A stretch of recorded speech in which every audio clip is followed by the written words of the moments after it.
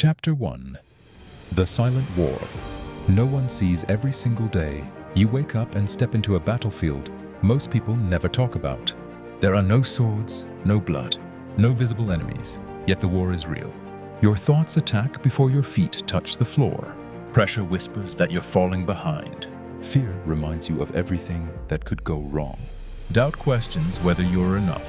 And the world expects you to smile, perform, and keep moving, as if nothing inside you is breaking. Most people don't lose because life defeats them. They lose because they surrender internally long before the fight is over. They react instead of choosing. They drift instead of deciding. But there exists a different way to live. A way of thinking so strong that chaos loses its power over you. A mindset that doesn't beg for comfort or validation. A mindset forged in hardship.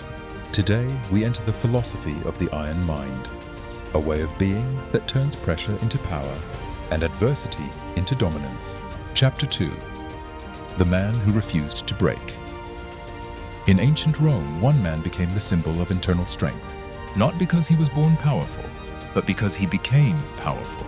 Marcus Aurelius was an emperor, yet lived like a student.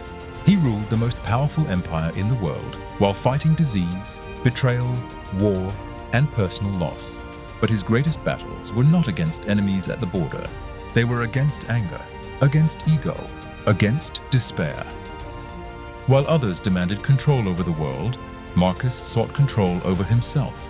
In his private writings, never meant for the public, he revealed a truth most people avoid. You cannot control what happens to you, but you can control who you become in response. That single idea built an unbreakable mind. Chapter 3. The Iron Mind Explained. An iron mind is not loud. It doesn't seek attention. It doesn't panic when things go wrong.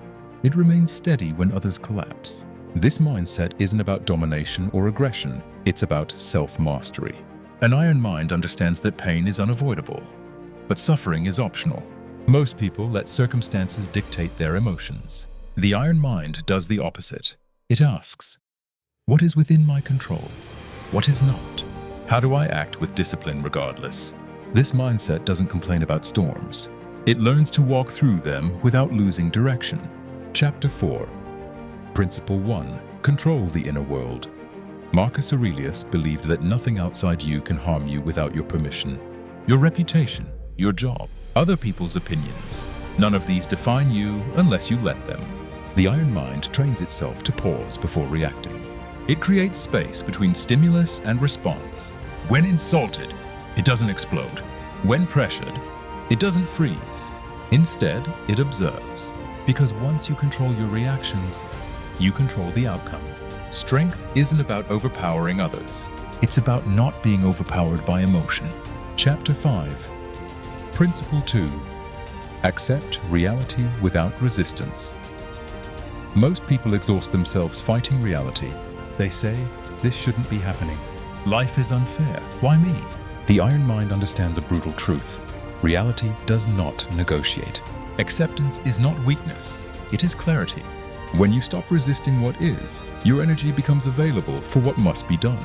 Marcus wrote, do not waste time arguing about what a good man should be. Be one. Acceptance removes excuses. And without excuses, only action remains. Chapter 6. Principle 3. Discipline over motivation. Motivation is unreliable. It comes and goes like the wind. Discipline is forged. The iron mind doesn't wait to feel ready. It acts because it must. When tired, it acts. When afraid, it acts. When uncertain, it acts with intention. Marcus Aurelius ruled an empire while reminding himself daily, get up, do your duty, no drama. No excuses, just responsibility. Discipline is choosing long-term respect over short-term comfort. Chapter 7. Principle 4. Turn obstacles into weapons. Here lies the core of the iron mind. What stands in the way becomes the way. Failure becomes feedback. Pressure becomes preparation. Pain becomes refinement. Every obstacle is asking a question. Who are you going to be now? Most people shrink under resistance. The iron mind expands. It uses hardship as training, as proof as fuel. The very thing meant to break you becomes the reason you grow unstoppable. Chapter 8. Applying the iron mind to modern life at work. You don't complain. You improve in conflict. You listen before speaking. In uncertainty, you prepare instead of panic. You don't chase approval. You chase excellence. People feel it around you. The calm, the control, the certainty. Not arrogance, presence. You become the person others rely on when pressure rises. Chapter 9. The Daily Iron Ritual. The iron mind is built daily. Morning. Decide who you will be before the world decides for you. Midday. Act with discipline regardless of mood. Evening. Reflect without judgment. Improve without self-hate. Small actions, repeated relentlessly, forge an identity that cannot be shaken. Chapter 10.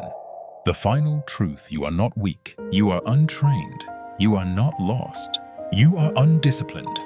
The iron mind is not reserved for emperors or warriors. It is available to anyone willing to face themselves honestly. The real enemy is not the world.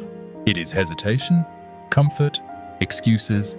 Master your mind, and nothing external can enslave you. So ask yourself, what will you conquer today? Thank you for watching this video. Please like, share, and comment.